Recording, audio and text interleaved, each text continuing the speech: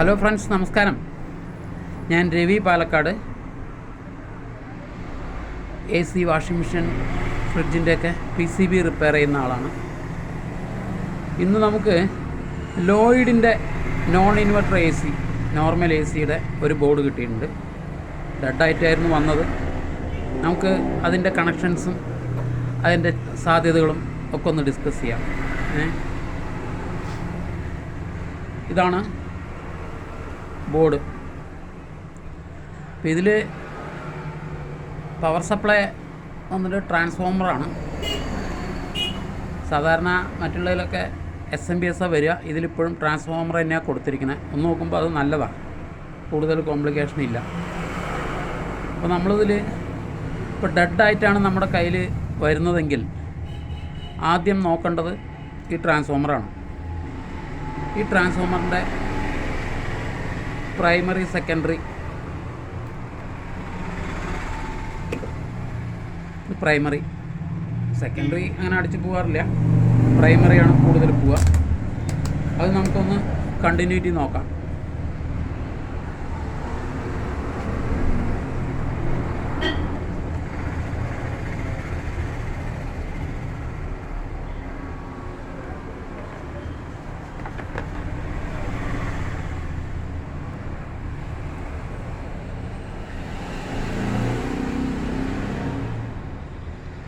കറക്റ്റാണ്.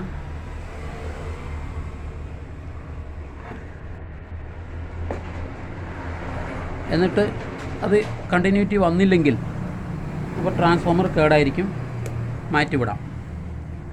പിന്നെ ആദ്യം നോക്കേണ്ട എന്താണെന്ന് വെച്ചാൽ ഇതിൻ്റെ പ്രൈമറി പോളിലേക്ക് 230 വോൾട്ട് കറക്റ്റായി വരുന്നുണ്ടോ എന്ന് നോക്കുക. അതിന് നമ്മൾ ആദ്യം ന്യൂട്രൽ പോളിൽ ന്യൂട്രും റിലേൻ്റെ ഒരു പോളിൽ ഫേസും കണക്ഷൻ കൊടുക്കുക. കണക്ഷൻ കൊടുത്തു കഴിഞ്ഞാൽ എന്നിട്ട് ആ ലൈൻ നമ്മൾ ട്രേസ് ചെയ്തിട്ട്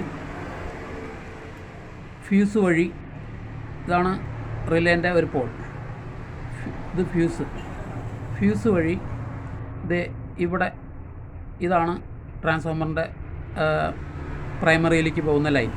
അപ്പോൾ ഈ ലൈനിൽ നമ്മൾ 230 വോൾട്ട് ഉണ്ടോ എന്ന് ചെക്ക് ചെയ്യാം.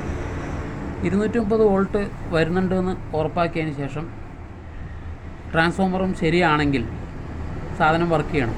ഉറപ്പാക്കുക എന്ന് പറഞ്ഞാൽ ഫ്യൂസ് പോയിട്ടുണ്ടെങ്കിൽ, ഫ്യൂസ് പോകാൻ സാധ്യത എന്താണെന്ന് വെച്ചാൽ ഈ ന്യൂട്രൽ ഫേസിനും കൂടെ ഒരു പ്രൊട്ടക്ഷന് വേണ്ടി ഒരു കപ്പാസിറ്റർ ഇട്ടിട്ടുണ്ട്. ഈ കപ്പാസിറ്റർ ഷോർട്ടായാൽ ഫ്യൂസ് അടിച്ചു പോകും.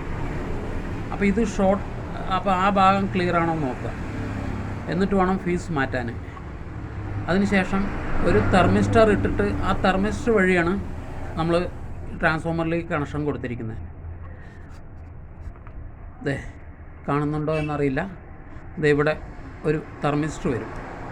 ആ തെർമിസ്റ്റർ കറക്റ്റായി വർക്ക് ചെയ്യുന്നുണ്ടോ എന്ന് നോക്കുക. വർക്ക് ചെയ്യുന്നുണ്ടോ മീൻ അത് കണ്ടിന്യൂറ്റി നോക്കിയാൽ അറിയാവുന്നേ ഉള്ളൂ. അപ്പോൾ അത് റെസിസ്റ്റൻസ് ആണ്. അപ്പോൾ അതുവഴിയാണ് ഇതിൻ്റെ പ്രൈമറിയിലേക്ക് കറണ്ട് വരുന്നത്. അപ്പോൾ ഇത്രയും ഭാഗം നോക്കിയാൽ ഫ്യൂസ് പോകാനോ അല്ലെങ്കിൽ വേറെ എന്തെങ്കിലും ഷോർട്ട് ഉണ്ടോ എന്നുള്ളത് ഉറപ്പിച്ചതിന് ശേഷം മാത്രം നമ്മൾ ട്രാൻസ്ഫോമറിൽ കൈവയ്ക്കുക. പിന്നെ ഇതേ ലൈനിൽ തന്നെയാണ് നമ്മൾ റിലേ വഴി മോട്ടറിൻ്റെ ഇൻഡോർ മോട്ടറിൻ്റെ ഇതിലേക്ക് കണക്ഷൻ കൊടുക്കുന്നത്. അപ്പോൾ ഇൻഡോർ മോട്ടറിൻ്റെ ഇതിലേക്ക് കപ്പാസിറ്റർ വീക്കായിട്ടുണ്ടോ നോക്കുക. അങ്ങനെയാണെങ്കിൽ കപ്പാസിറ്റർ വീക്ക് ഉണ്ടെങ്കിൽ മോട്ടർ ഓടില്ല, കറക്കി വിട്ടാൽ മാത്രമേ ഓടുള്ളൂ. അതിൽ വല്ല ഷോർട്ട് ഉണ്ടെങ്കിലും ഈ ഫ്യൂസ് അടിച്ചു പോകാൻ ചാൻസ് ഉണ്ട്. അതൊന്ന് ചെക്ക് ചെയ്യുക. അതിനുശേഷം ഇതിൻ്റെ സെക്കൻഡറിയിൽ, ഈ ട്രാൻസ്ഫോമറിൻ്റെ സെക്കൻഡറി, ഈ മഞ്ഞ വയർ, ഇവിടെ നിന്ന് ഈ 4 ഡയോഡ് ഉണ്ടാവും. ഈ ഡയോഡുകൾ ഷോർട്ടൊന്നും ഇല്ലയെന്ന് ഉറപ്പാക്കുക. ഈ 4 ഡയോഡും ചെക്ക് ചെയ്യുക. 4 ഡയോഡും ചെക്ക് ചെയ്ത് കഴിഞ്ഞാൽ ഒരു ഭാഗത്തേക്ക് മാത്രമേ കണ്ടിന്യൂറ്റി വരും. ഡയോഡ് ചെക്ക് ചെയ്യാൻ അറിയാലോ. അതിനുശേഷം ഇതൊരു റെഗുലേറ്റർ IC ആണ്. അതായത് 7805. അപ്പോൾ ഇതിൻ്റെ ഒരു പോളിൽ, അതായത് ഈ പ്രൈമറിയുടെ ട്രാൻസ്ഫോമറിൻ്റെ സെക്കൻഡറിയിൽ നിന്ന് വരുന്ന ഈ ലൈൻ ഇവിടെ 12 വോൾട്ട് കാണിക്കണം. അതായത് ഈ വലിയ കപ്പാസിറ്ററിൻ്റെ നെഗറ്റീവും പോസിറ്റീവും നമ്മൾ നോക്കിയിട്ട് അതിൽ നോക്കിയാൽ 12 വോൾട്ട് കാണിക്കണം. ഈ 12 വോൾട്ട് വന്നാൽ ഈ ഭാഗം ക്ലിയറായി. അതിനുശേഷം ഈ റെഗുലേറ്റർ ഐസിയുടെ ഒരു പോളിലേക്കാണ് ഈ 12 വോൾട്ട് കൊടുക്കുക. ഈ 12 വോൾട്ട് വേറെ ലൈനിലേക്കും പോകുന്നുണ്ട്. റിലേ വർക്ക് ചെയ്യാനും ഇതിൻ്റെ സ്വിച്ചിങ്ങിനും ഈ 12 വോൾട്ട് തന്നെയാണ് ഉപയോഗിക്കുന്നത്. അത് അല്ലാതെ തന്നെ ഈ 12 വോൾട്ടിൽ നിന്ന് നമ്മൾ റെഗുലേറ്റ് ചെയ്തിട്ടാണ് ഒരു 5 വോൾട്ട്, അതായത് ഈ പ്രൊസസ്സർ വർക്ക് ചെയ്യിപ്പിക്കാൻ, ഇതിൻ്റെ മെയിൻ സിസ്റ്റം വർക്ക് ചെയ്യിപ്പിക്കാനായിട്ട് വേണ്ട 5 വോൾട്ട് നമ്മൾ ഡെവലപ്പ് ചെയ്തെടുക്കുന്നത് ഈ റെഗുലേറ്റർ ഐസിയിൽ നിന്നാണ്. അപ്പോൾ അതിൻ്റെ മറ്റേ പോളിൽ ഇവിടെ 5 വോൾട്ട് വരുന്നുണ്ടോ നോക്കുക. സെൻറ്റർ പിന്നിൽ നെഗറ്റീവും അടുത്തതിൽ നോക്കിയിട്ട് അപ്പോൾ 5 വോൾട്ട് വരുന്നുണ്ട്. 5 വോൾട്ട് വരുന്നുണ്ടെങ്കിൽ അപ്പോൾ വേറെ കംപ്ലൈൻ്റ് ഒന്നും ഇല്ലെങ്കിൽ നമ്മുടെ ഡിസ്പ്ലേയും ഇതും വർക്ക് ചെയ്യണം. അതാണ് അതിൻ്റെ തിയറി. അതിനുശേഷം ഫാനിൻ്റെ കണ്ടിന്യൂറ്റി നോക്കുക. ഫാന് 3 കണ്ടിന്യൂറ്റി കറക്റ്റാണ്, കപ്പാസിറ്ററും കറക്റ്റാണെങ്കിൽ ഫാൻ വർക്ക് ചെയ്യും. അതിനുശേഷം ഫാനിൻ്റെ ഫീഡ്ബാക്ക് കൃത്യമായിട്ട് നമ്മൾ അതിനകത്ത് കൊടുക്കുക.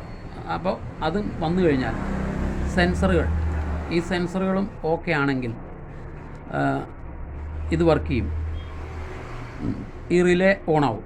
അതായത് നമ്മൾ ഓൺ ചെയ്ത് 3 മിനിറ്റിന് ശേഷം റിലേ ഓണാവും. റിലേ ഓണായി ഇതിൽ നിന്നാണ് നമ്മൾ കംപ്രസറിലേക്ക് കണക്ഷൻ കൊടുക്കുന്നത്.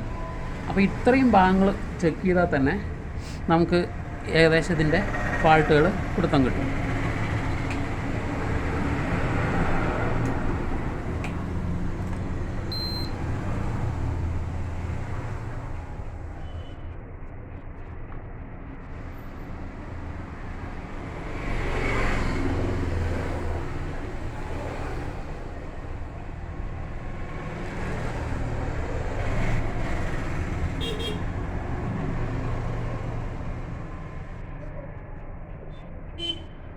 ഇതിൽ മെയിനായിട്ട് ചെക്ക് ചെയ്യേണ്ടത് എന്താണെന്ന് വെച്ചാൽ സെൻസറുകൾ എല്ലാം കറക്റ്റാണോ നോക്കുക.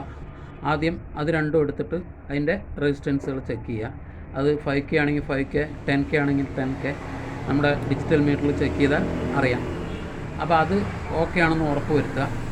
പിന്നെ അതിനുശേഷം ഈ ഫീഡ്ബാക്ക് ലൈനിൽ നിന്ന്, അതായത് ഇതിൻ്റെ വർക്കിംഗ് വോൾട്ട് ഒരു നെഗറ്റീവും അതിനൊരു വർക്കിംഗ് വോൾട്ടും, സാധാരണ എല്ലാ എസിയിലും ഇതിലെ ഒരു പിന്നിൽ 5 വോൾട്ടാണ് വരിക. ഇത് പക്ഷേ ഇപ്പം ഇന്ന് നമ്മൾ നോക്കിയിരിക്കുന്നത് ലോയിഡിൻ്റെ ബോർഡാണ്. അതിൽ പക്ഷേ 12 വോൾട്ടാണ് വരിക. അപ്പോൾ ഈ 12 വോൾട്ട് വരുന്നതുകൊണ്ട് ലോയിഡിൻ്റെ മോട്ടർ അല്ലാതെ വേറെ ഏതും ഇതിലേക്ക് സൂട്ടാവില്ല. കാരണം എന്താണെന്ന് വെച്ചാൽ ഈ വോൾട്ടേജ് അതിനകത്ത് കൺഫ്യൂഷനാവും. എന്നിട്ട് അവിടെ നിന്ന് വരുന്ന ഫീഡ്ബാക്ക് വോൾട്ടേജ്, ഇത് സെൻറ്റർ പിന്നാണ്. ഈ പിന്ന് നമ്മൾ ഈ സിസ്റ്റത്തിലേക്ക് വരുന്ന ലൈൻ ട്രേസ് ചെയ്യുക. അതിനകത്ത് ചെറിയ കപ്പാസിറ്ററുകൾ ഇട്ടിട്ട് ഫിൽട്ടർ ചെയ്തിട്ടുണ്ടാവും. ഈ കപ്പാസിറ്ററുകൾ ഷോർട്ട് ആവാൻ ചാൻസ് ഉണ്ട്. അപ്പോൾ ഇത് നോക്കിയെടുത്തിട്ട് അതിനകത്ത് അത് ലീക്കോ ഷോർട്ടോ ഉണ്ടെങ്കിൽ അത് മാറ്റി വിടുക, അല്ലെങ്കിൽ അതിനെ റിമൂവ് ചെയ്ത് വിടുക ചെയ്താൽ സാധനം വർക്ക് ചെയ്യും. വേറെ പ്രത്യേകിച്ച് ഇതിനകത്ത് കംപ്ലൈൻ്റ് ഒന്നും വരാൻ സാധ്യതയില്ല. പിന്നെ മെയിനായിട്ട് ശ്രദ്ധിക്കേണ്ടത് റിലേയിൽ ഓൺ ചെയ്യുന്ന സമയത്ത് ഇതിൽ 12 വോൾട്ട് വരുന്നുണ്ടോ നോക്കുക. വന്നതിന് ശേഷവും റിലേ ഓൺ ആവുന്നില്ല, അല്ലെങ്കിൽ റിലേ ഓണായതിന് ശേഷം ഔട്ട്പുട്ട് വരുന്നില്ലെങ്കിൽ ഈ റിലേ മാറ്റി വിടുക. റിലേ കംപ്ലൈൻ്റ് ആയിരിക്കും. പിന്നെ ഇതിനകത്ത് വേറെ ശ്രദ്ധിക്കേണ്ട ഒരു കാര്യം, ഒരു കറണ്ട് ട്രാൻസ്ഫോമർ വെച്ചിട്ടുണ്ട്. അതായത് നമ്മൾ ഈ കംപ്രസറിൻ്റെ കണക്ഷൻ ഈ ട്രാൻസ്ഫോമറിൻ്റെ ഹോളിൽ കൂടെയാണ് നമ്മൾ വെളിയിലെടുത്തിട്ട് കണക്ഷൻ കൊടുക്കുന്നത്. അപ്പോൾ അതുകൊണ്ട് ഔട്ട്ഡോർ യൂണിറ്റിൽ എന്തെങ്കിലും ഒരു ഓവർ വോൾട്ടേജ്, അതായത് ഹൈ ആംപിയർ എടുക്കേണ്ട ഒരു ചുറ്റുപാട് വരികയാണെങ്കിൽ അത് ട്രേസ് ചെയ്ത് ഉടനെ തന്നെ ഇത് ഓഫായി പോകും.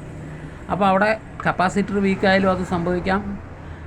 നമ്മൾ കമ്മ്യൂണിക്കേഷൻ വയറിലോ അല്ലെങ്കിൽ വയർ ജോയിൻറ്റിൽ എവിടെയെങ്കിലും ലീക്ക് ഉണ്ടെങ്കിൽ അത് സംഭവിക്കാം. ഇൻസുലേഷൻ അടിച്ചതെടുത്ത മഴയോ എന്തെങ്കിലും നനഞ്ഞിട്ട് എന്തെങ്കിലും സ്പാർക്ക് വരികയാണെങ്കിലും ഇത് സംഭവിക്കാം. കംപ്രസർ കംപ്ലൈൻറ്റ് ഉണ്ടെങ്കിൽ സംഭവിക്കാം.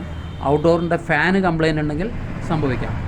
അപ്പോൾ ആ ഒരു കാര്യം നമ്മൾ ഉറപ്പിച്ചതിന് ശേഷം മാത്രമേ കണക്ഷൻ കൊടുക്കാൻ പാടുള്ളൂ. കാരണം ഇല്ലെങ്കിൽ എന്താണെന്ന് വെച്ചാൽ അവിടെ എന്തെങ്കിലും ഒരു ഹൈ ആംബിയർ എടുത്തു കഴിഞ്ഞാൽ ഉടനെ തന്നെ സിസ്റ്റം ഓഫ് ചെയ്യാനുള്ളൊരു സംവിധാനമുണ്ട്. അതിനുവേണ്ടി എല്ലാ എ സിയിലും ഉണ്ടാവില്ല, ചില എ സികളിൽ. ഇത് ലോയിഡാണ്, ഇതിനകത്തുണ്ട്. അപ്പോൾ അതും കൂടെ ഒന്ന് ശ്രദ്ധിക്കണം. പിന്നെ ഈ ഐ സികളിലൊക്കെ എന്ന് പറഞ്ഞത് സ്വിച്ചിങ്ങിൻ്റെ ഐ സിയാണ്. അത്രയ്ക്കും റയറായിട്ട് ഇതിനകത്തൊക്കെ കംപ്ലൈൻറ്റ് വരുള്ളൂ. അതൊന്നും അങ്ങനെ പെട്ടെന്ന് വരാറില്ല. അത് നമുക്ക് ഓരോന്ന് ചെക്ക് ചെയ്ത് വരുമ്പോൾ മനസ്സിലാവും.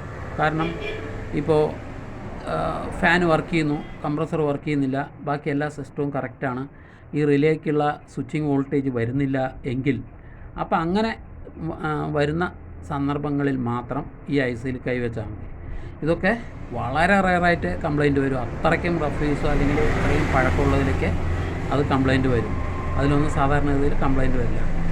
ഇതിൽ മെയിനായിട്ട് കംപ്ലൈൻറ്റ് വരുന്ന കുറച്ച് കാര്യങ്ങൾ, ഒന്ന് ട്രാൻസ്ഫോമർ, പിന്നെ ഒന്ന് ഈ ഡയോഡുകൾ കംപ്ലൈൻ്റ് ആവും, ഈ കപ്പാസിറ്റർ കംപ്ലൈൻ്റ് ആവും, ഈ റെഗുലേറ്റർ ഐ സി കംപ്ലൈൻ്റ് ആവും, ഈ റിലേ കംപ്ലൈൻ്റ് ആവും, പിന്നെ ഫാനിൻ്റെ കപ്പാസിറ്റർ, അതായത് ഇൻഡോർ മോട്ടറിൻ്റെ ഫാൻ കപ്പാസിറ്റർ കംപ്ലൈൻ്റ് ആവും.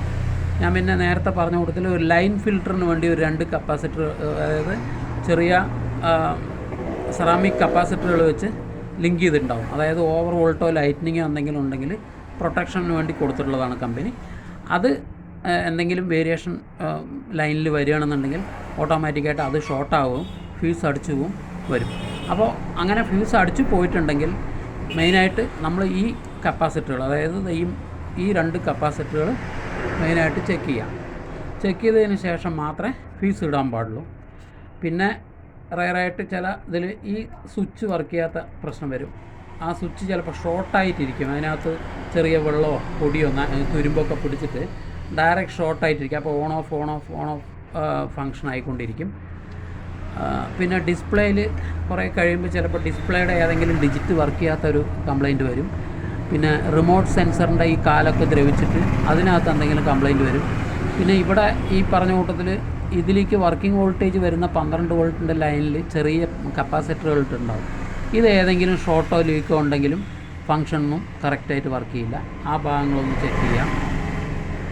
ഇത്രയും ഭാഗം ചെക്ക് ചെയ്താൽ തന്നെ ഏകദേശം ഇതിൻ്റെ ഫാൾട്ടുകൾ കിട്ടും. ഞാനായിട്ട് കംപ്ലൈൻറ്റ് വരുന്നതിൻ്റെ കൂട്ടത്തിൽ ഞാൻ പറയാൻ വിട്ടത് ഈ സെൻസറുകൾ, റൂം സെൻസറും കോയിൽ സെൻസറും.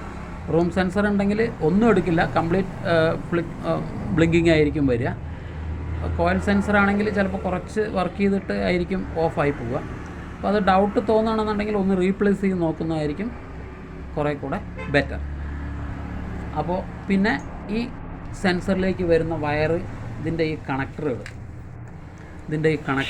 ഇതെല്ലാം കറക്റ്റ് കണക്ഷൻ കിട്ടുന്നുണ്ടോ എന്നുള്ള കാര്യങ്ങളൊന്ന് കൺഫേം ചെയ്താൽ ഇതിൻ്റെ ഫാൾട്ട് നമുക്ക് റെഡിയാക്കി എടുക്കാവുന്നേ ഉള്ളൂ. അപ്പോൾ ഇന്ന് വളരെ ലളിതമായിട്ട് പറയാവുന്ന രൂപത്തിലൊക്കെ പറയാൻ ശ്രമിച്ചിട്ടുണ്ട്. എന്തെങ്കിലും സംശയം ഉണ്ടെങ്കിൽ എൻ്റെ കമൻറ്റ് ബോക്സിൽ ചോദിക്കാം. എന്താ അത്യാവശ്യം ഉണ്ടെങ്കിലും എൻ്റെ ഫോൺ നമ്പറിൽ വിളിക്കാം, ഞാൻ അതിന് മറുപടി തരുന്നതായിരിക്കും. Okay, thank you. ഇഷ്ടപ്പെട്ട ലൈക്ക് ചെയ്യുക, നമ്മൾ അതിന് വേണ്ട സപ്പോർട്ടുകൾ ചെയ്തു തരിക. എന്തെങ്കിലും തെറ്റ് സംഭവിച്ചിട്ടുണ്ടെങ്കിൽ ക്ഷമിക്കുക. ബൈ. പിന്നെ ഇതിലൊരു കാര്യം കൂടെ പറയാൻ വിട്ടുപോയി. ഈ ഫാൻ വർക്ക് ചെയ്യാത്ത ഫാൾട്ട് വരും. അപ്പോൾ അങ്ങനെയാണെന്നുണ്ടെങ്കിൽ അതിൻ്റെ സ്വിച്ചിങ് ഐ സി, റിലേക്ക് പകരം ഒരു ഓപ്റ്റോ കപ്ലറാണ് വെച്ചിരിക്കുന്നത്. ഈ ഐ സി കംപ്ലൈൻ്റ് ആയിട്ടും ഇൻഡോർ ഫാൻ വർക്ക് ചെയ്യാത്ത ഒരു പ്രശ്നം ഇതിനകത്ത് വരും. അത് നമ്മൾ ട്രേസ് ചെയ്തെടുക്കണം. അത്രയൊക്കെ തന്നെ ഉള്ളൂ. Okay, bye, thank U.